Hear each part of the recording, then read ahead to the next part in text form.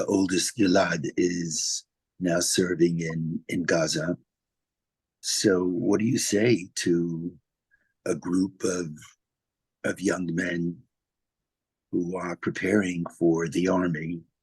So I did want to ask my dear Shuli if you could read from Loving Torah the two paragraphs that we're lifting, and if we can read it slowly, and then I want to discuss it with everyone. Okay, so we had a short preamble just to give the framework. Would you like me to share that? Sure. Okay. Well, this is the parsha where Yehuda tells Yosef, whom he does not yet recognize as his brother, Ki avdecha arav et hana'ar. Judah's pledge is unusual. Normally, when a debtor guarantees collateral, it comes from a party other than the debtor. Here, Judah takes his obligation to a higher level. Judah himself is both the one who makes the commitment and also the guarantor. This is when Judah took Benjamin down to Egypt. Correct, Rabbi? Yes. This indicates how seriously Judah takes this commitment. It is for this reason that we are called Yehudim, after Yehuda, Judah. As Rabbi Aaron Soloveitchik writes, why are the Reuveni, the Shimoni, and Israelites of all tribes called Yehudi? And the answer is given because he, Yehuda, said, "For your servant is a surety for the boy." It is this principle of surety that constitutes the distinguishing feature of the Jew. Right. So we're picking up the story as Shuli said, when the brothers are now returning to Egypt. So this is their second visit to Egypt, because Joseph had told them that unless they return with Benjamin, food would not be made available to Jacob's family. And so they return. And when they do return, Joseph gives them food. And as a matter of fact, he releases Simon, who had been incarcerated on that first trip. So they seem in good spirits. But then Joseph, as we all know, sets them up, and he places the kingly goblet, the royal goblet, in their luggage, and accuses them of stealing. And because of that accusation, he says that Benjamin is going to remain as a slave in Egypt. You can go home, he says, but Benjamin will remain in servitude. And it's then that our portion opens up. Vayigash elav Yehuda, and Yehuda draws near. The verb vayigash can be understood in many different ways, but he draws near and he offers a magnificent soliloquy. It actually begins in the middle of chapter 44, and he closes his plea to Joseph that Benjamin be saved. In fact, Judah says, "Incarcerate me in his stead," by uttering these famous words, "Ki avdecha arav et hana'ar." Your servant, referring to himself, Judah says, has guaranteed to my father Jacob, I've guaranteed that I'm going to return Benjamin. Now, if we recall the story, this is soon after Reuven had also told Jacob, I guarantee I'll return Benjamin, because remember that the brothers told their father Jacob what Joseph had said, no more food until Benjamin comes with you so I could see him. And Reuven rises and says to his father, Echnei banai tamit, you can kill two of my sons, which of course Jacob rejects. Two of Reuben's sons are also the grandchildren of Jacob. But when we look at that, it's Reuven, the eldest, making a commitment. But if he doesn't do good on the commitment, the guarantor will be someone other than himself. His preposterous presentation is, if I don't bring him back, you can kill two of my children, not me, two of my children. This in contrast to Judah. Jacob rejects Reuven's statement, Reuven's pledge, but is taken by Judah's pledge. And what Judah is saying is, I will be the guarantor. Now, normally, as everybody knows, if someone borrows money from someone else, there is the creditor, in Hebrew, in Talmudic language, the malveh. Then there is the debtor, the loveh.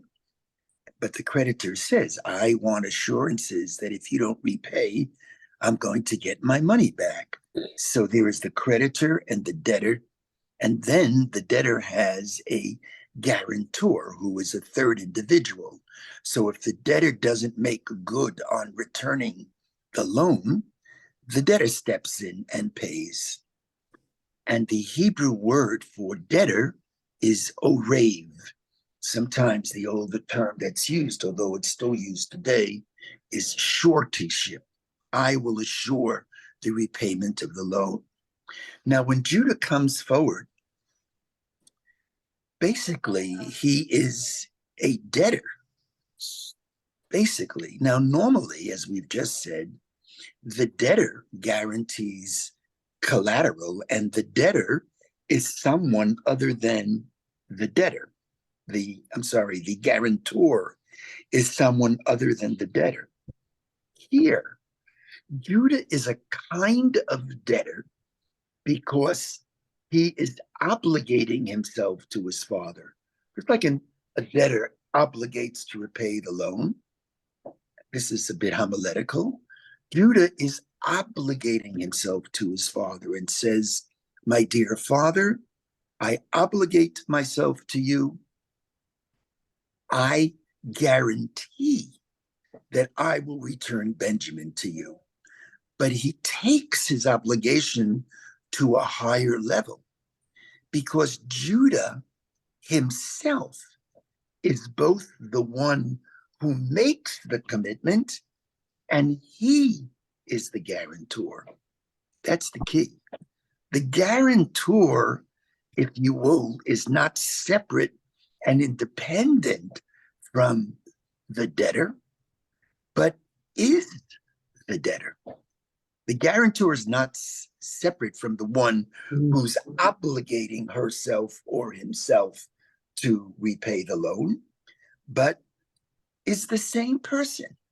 Judah says, Ki avdecha arab et hana'ar, indicating how seriously Judah takes this commitment. And that's why there is an expression, Kol Yisrael, anyone? Arevin Elas. All of the Jewish people, we are guarantors towards each other. And as a matter of fact, I would add to this argument of Arevut the following. We are all called Jews today. Why are we called Jews? We're called Jews because Jew is an abbreviation of Judah. And the truth of the matter is, After the 10 tribes were dispersed, what remained were the tribes of Judah. Most Jews come from Judah, and therefore we're Judeans, we're called Jews. And also the tribe of Levi. I'm from the tribe of Levi, because every Levi and every Kohen is from the tribe of Levi. But, as Judy read, there's a deeper idea that I first heard from my teacher, Rabbi Aaron Soloveitchik. Why are we called Jews? Why was Judah honored? That all Jews, even if one comes from the tribe of Reuven or Shimon or Levi or whatever the tribe, Dan, Naphtali, why are we all called Judeans? We're called Judeans because of the teaching of Judah, because he rose and he said, I am a guarantor for the child. It's this principle of shortyship that constitutes the distinguishing feature of the Jew. It's Judah who rises and says, for your servant is a shortyship for the boy. Now, this past Sunday, I spent the day, it was a hard day. And when I look back on it, I'm not upset that I did what I'm about ready to share with you, because I think it was important. But in the smallest of smallest ways, I unfortunately never served in the army, but in the smallest ways, it took its toll.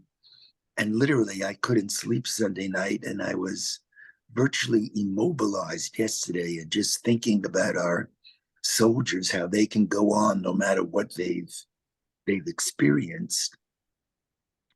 But that Sunday morning, I went to see the family of a soldier who's called Ilya Yanevsky. I believe he hails from the Ukraine. There are many Ukrainians who now are living in Israel. Most came through their parents who emigrated during the Soviet Jewry movement. Ukraine was part of the Soviet Union when the Soviet Union existed. And it's the same Ukraine that has been invaded now by Putin's Russia. And the call went out that not enough people were visiting the Shiva home, and they asked for people to visit. So we went, and of course, when we went, there were quite a few people there. I would say there were 50 people who were there. And I just sat near Ilya's father and mother and sister and brother. And you know, in Jewish law, the halacha is that when one visits someone sitting Shiva, the visitor should not be the first one to open up conversation. Because people are bereaved, there are different emotions. Some feel like speaking, some don't feel like speaking. I've been in houses of Shiva, especially when it's a devastating loss, where the person sitting Shiva said nothing. I said nothing. I remember one of the deepest visits was Rabbi Goldscheider. He was serving in upstate New York, and he lost a teenage child. And I went to visit him, and I sat there. He didn't say a word, and I didn't say a word. And I must have been there for about 20, 30 minutes. And after 20, 30 minutes, I stood up. I did give him a hug, hamakom, and left. And it was one of the deepest visits of Shiva. And my sense is it was reciprocally felt, which was what was most important. And just sitting there, I could see the depth of mourning that this family was experiencing. And I asked myself, what made their son, their brother, family members that you know, family members we all know, someone in the army, what makes them serve? What makes them serve? And I'd like to think it is this commitment to what we're talking about today, this commitment to arivut.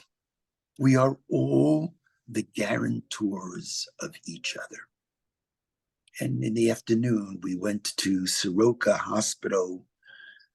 Rabbi Yitz and Blue Greenberg, whom we love, you all know Rabbi Yitz, who's an older soul brother to me. His daughter's second son, Goody's son, was seriously injured. Thank God his life is not in danger. And here too, I wondered, what is it that inspired this young man to serve? All of these young men and women to serve, women to serve. It's our portion. Hiavdecha ara v'tanar. And then, in one of the most powerful experiences I've had, we visited Be'eri, which is the kibbutz that has been in the news. It's actually a very wealthy kibbutz, but it was invaded. It's a kibbutz that housed 1,100 people. I believe 10% were murdered. I think it's 100 people were murdered there. And at first, we were just looking at the rows and rows of homes that had been destroyed. But I had met up to meet somebody through a friend, Yarden, and he oversees the avocados in Be'eri. Be'eri has a very big production of avocados, and there are people who are coming and volunteering. And when he started to show us around, I was especially moved when he takes us to a home that was literally burnt to the ground, and you could still feel the ashes and smell the ashes of the RPGs. And he says, this is where my brother Shachar fell.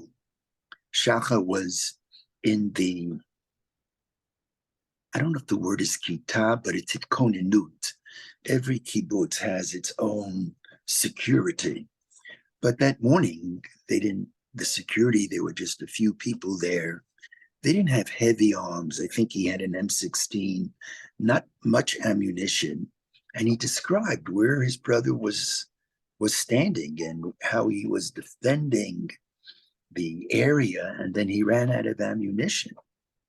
And then he ran inside. And what the terrorists did then is they throw a grenade or they shoot a rocket-propelled grenade and they burn down the house. And he was injured, and these are brutal, brutal terrorists who come in and then they riddle even people injured, they riddle them with bullets. And again, I asked myself, what is it that inspires Shachar, whom I never met, but he's a brother, to do what he did? Now, some people would say it's vengeance, maybe they knew what they were doing. And I've learned a long time ago that most of us, we don't do whatever we do for one reason. Often there are multiple reasons, but I do think that the primary reason is what kicked in was this sense of, I'm going back to that word, arivut. That sense of, I am your guarantor. If I don't bring you back, if I don't defend you, I'm lost. Not only will you be lost if I don't defend you, I won't be able to live with myself. I'm just not going to be able to make it. So tomorrow I'm going to be in this school where our grandson is preparing to enter into the army. And what do you say to such young men, and there are such schools for women, and there are schools that are co-ed, and there are schools that do the preparation that are not studying Talmud. They may, for me, it's all religious. Every time I see a soldier, every single time, I always say to the soldier, I said it the other day when we were in the hospital. I walked in, and the soldier who we were visiting, who was injured, was in Tipul, was being cared for, but his wife was there, and we spoke, and I sent her love from Riverdale, and then I said, before I leave, I know I'm a rabbi and I'm supposed to give blessings, but I can't leave without you giving me a blessing. For me, it's much more meaningful, much holier, that a soldier, much more than a rabbi, gives a blessing because of what they're doing. And that's what I want these young men who I'm going to be seeing tomorrow understand, that Judaism is a belief of uvacharta b'chayim. We choose life. Our soldiers, we do everything we can that they live, and come home safely. But there is a preparedness to really be out there. Like my grandson said, I said, Gilad, what do you need this for? You're 31 years old already. You're not in the same shape you were in when you were 18, 19. And he said to me what I believe all the soldiers would say, if not me, who? It's my honor to serve. That's what they're saying. Very humbling to see the phrase, for I will be a guarantor, not only in the written word of the Torah, but to see how it is in fact living and well in real life. The Avdacha Arav Etana'ar. In a word I write in Loving Torah, the etymology of Arevut relates to the rabbi's teaching that Am Yisrael can be compared in certain ways to a human body. When one part, such as my tooth or toe, hurts, the whole body hurts. In a word, Arevut points to a relationship of empathy. There's a difference between sympathy and empathy. In sympathy, I feel for you, but you remain you, and I remain myself. In empathy, I become you. Your pain is my pain. Your suffering is my suffering. Your joy, your dance, your song are my joy, my dance, my song. If you're in jeopardy, these soldiers are saying, we're in jeopardy. We have to come to your defense, and in doing so, we're coming to our own defense. I want to stop here and take your thoughts, your suggestions. If you think this is an incorrect message, if you can give me some guidance, I of course would be so appreciative.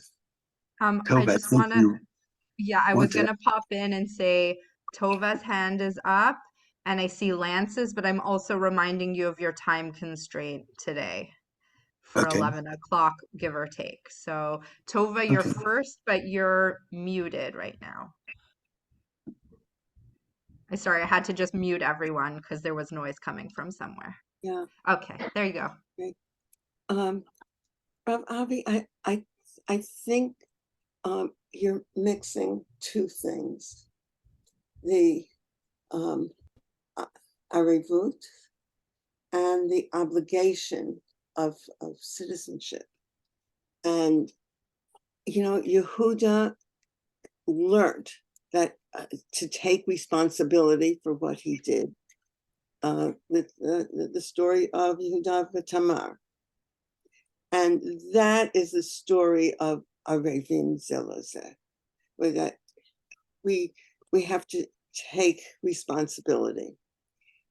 But in Israel, it's a matter of citizenship and defending the country. Mhm. They they they they don't have the obligation of the guarantor. They have the obligation of defense. And what they're doing is defending the nation, defending the country. But they don't, it's not that they are, maybe when somebody, comes over from a Jew comes over from a foreign country and he's fighting and maybe he's, taking on that responsibility. But for the people of Israel, it's defending the nation, defending the country. So you're distinguishing, Tova, between, let us say, a citizen of Israel who has the obligation and a lone soldier, Tova, let's say coming from America, who doesn't have the obligation but feels the responsibility to be a guarantor. I think there is a difference there, but not I think like Yehuda learning that what he does, he must take responsibility for. It's different. Yes. It's Right. different than defending the country, defending the nation. It's the same. Just for your consideration, Silver, is it possible for there to be both? That is, I defend the nation because it is my obligation, whether I want to or not. But if I could defend it and the obligation becomes something that I want to do. Yes. But it's sort of like, that's not, yeah, but that's not my,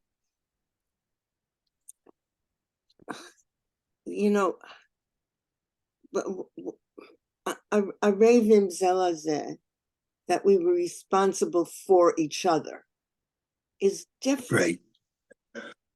Than I think. Than assumption of responsibility. And I think even the lone soldier is different. He's defending the country, but not that he's responsible for something that he did, which obligates him.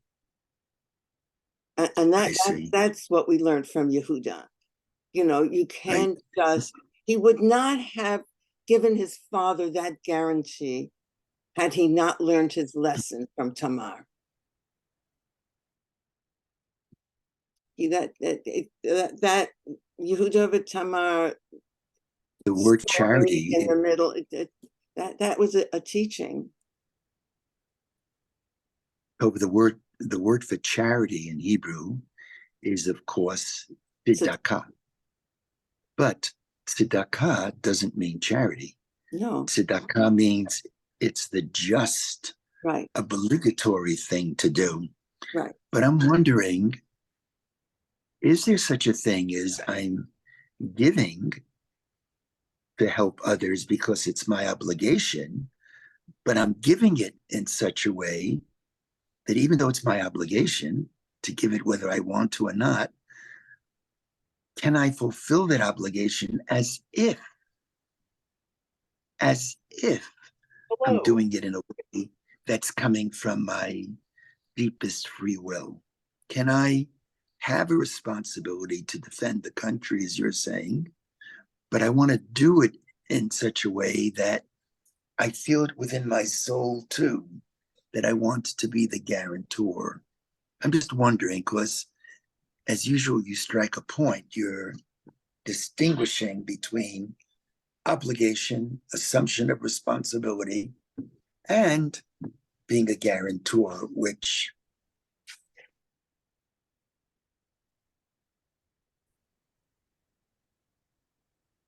you're frozen. If I'm not mistaken, Shuli, in I'm sorry I didn't do an index of this book because now I kind of remember where I wrote things, but I'm sure I'm not going to remember. Here I write about charity.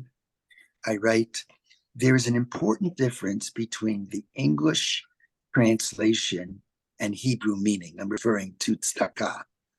Tzedakah as charity is associated with performing a good deed beyond what one is expected to do.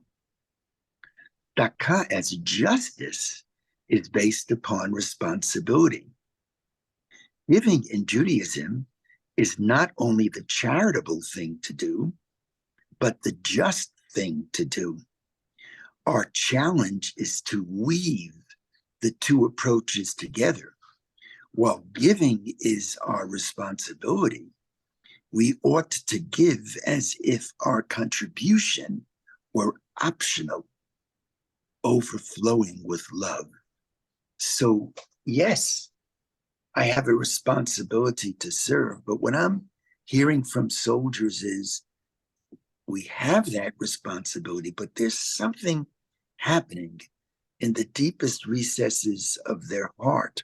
They feel the responsibility, but they're fulfilling their responsibility from the framework of feeling I am my brother's, I am my sister's keeper.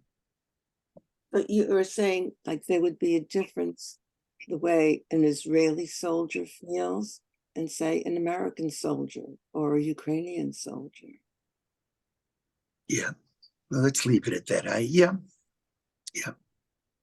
I think Lance had my Lance. Tova, thank you as usual. Thank you. I'm just going to ask if you can make it brief because the Rav Avi actually has a meeting at 11 a.m. and it's already 11:02. Thank you. Well, it's with the Wall Street Journal, and they can wait because this is much more important. Thank you. Okay. 1, in the chat, you will find a blue link. Click on it, and you will get an article essay that was recommended by Rav Stephen last night on antipathy to Joseph. Number 2, Rav Avi, you are a hostage of Hamas. You and 9 million Israelis are hostages of Hamas. And the world has no clue, cares nothing, has absolutely nothing to understand it. They are anti-Semites. They are the anti-Semites, and they absolutely do not see the truth. Number 3, you don't talk with terrorists. You don't negotiate with terrorists. You kill terrorists. Negotiating with terrorists is an outrage. Number 4, the only guarantor is God. Thank you. Mm-hmm. Yeah, but Lance, I think you would agree that even God needs a little help. Nope, don't agree. God is found. You don't, Nope. or you do? No, I don't. We need an army. We need an army. What's the story they tell? You know that, Lance. It's in Rabbinics 1. The guy was drowning, and he's drowning and drowning. You know the story, and then you won't save him. No, right? You know, right? They send him a helicopter. They send him a lifeguard. He says, "I don't need that. I'm going to rely on God." And you know the joke. And then finally he goes to heaven. He says, "I thought you were going to save me, God." He says, "I did. I sent you a helicopter. I sent you this. I sent you that." No, I agree with you. Bottom line, we need God's help, but we have to help ourselves too. Wouldn't you agree with Lance? No, I would cite Hamlet. And I would suggest that what Hamlet learns at the end of the play is that God is in complete control. And there's nothing Hamlet can do except the readiness is all. Yeah. I believe there's also the aspect of self-defense because we know that the Hamas just wants to kill us, and if we want to protect ourselves, the only way to do it is to kill them first. So you have to be conserved. Haba lahargo, hashkem lahargo. If someone comes to kill you, you have to get up early in the morning and kill them first. Right. I That's understand it was That's in the Torah. I don't know whether it was an editorial in the Wall Street Journal, but the argument is that Biden pressing, I mean, he has been good in the past, but his pressing now on Israel has really led to the death of Israeli soldiers because we're being constrained in the way Israel's able to fight. We're being limited. And in the process of that constraining, we're losing soldiers. I think there's, I must say that, and with this I'll end, on Yom Kippur night, I generally speak downstairs. And truly, I gave what I felt was, and I'm sorry we didn't write it up, but I spoke about the 50th anniversary of the Yom Kippur War. And I said three things, which I'll do very quickly now. The first is the Yom Kippur War taught us we shouldn't think we're invincible. And indeed, I must say, we thought we were invincible. And what happened 2 months ago. Just like we thought we were invincible 50 years ago. If you think you're invincible, that's the pathway to disaster. If you recognize vulnerability, but in belief in God, I would say as a rabbi, our own strength, that's the formula for success. The second thing I said is that the Yom Kippur War taught us, be careful of the Americans. Kissinger demanded of Golda that there not be a preemptive strike. And it led to a horror of horrors. And even as Biden was doing great things in the beginning of the war, as Ronald Reagan would say, what did he say? I think trust and verify. Kabdeu v'chashtehu. I'm worried. I'm worried about America in the Security Council today. Are they going to vote with this immediate ceasefire? It would be very disappointing. Very disappointing. And the third piece I said was the only way we're going to make it is if we're together with all of our differences of opinion. And I think Arnie is right that I think we're beginning to see a little bit of that is we're splitting and we have to be very careful about that. Now is the time for us to remain together as much as we can, as difficult as it may be. On that note, as one who doesn't have the answers, in the end, they used to say when you learn Talmud, everybody knows. Everybody knows. I respond, what do I know? What do I know? Just, all of us, we're trying to do our share to make a difference. And my blessings to all of you. Thank you for your patience. And I'm actually, the Wall Street Journal is doing a documentary on the Crown Heights riots, what I call a pogrom, and see what happens. Those were tough days, that's for sure. They're tougher today, though. So to all of you, my love. Love you, Rabbi. Sweet Shabbat, everybody. Yeah. Love you guys. Thank you.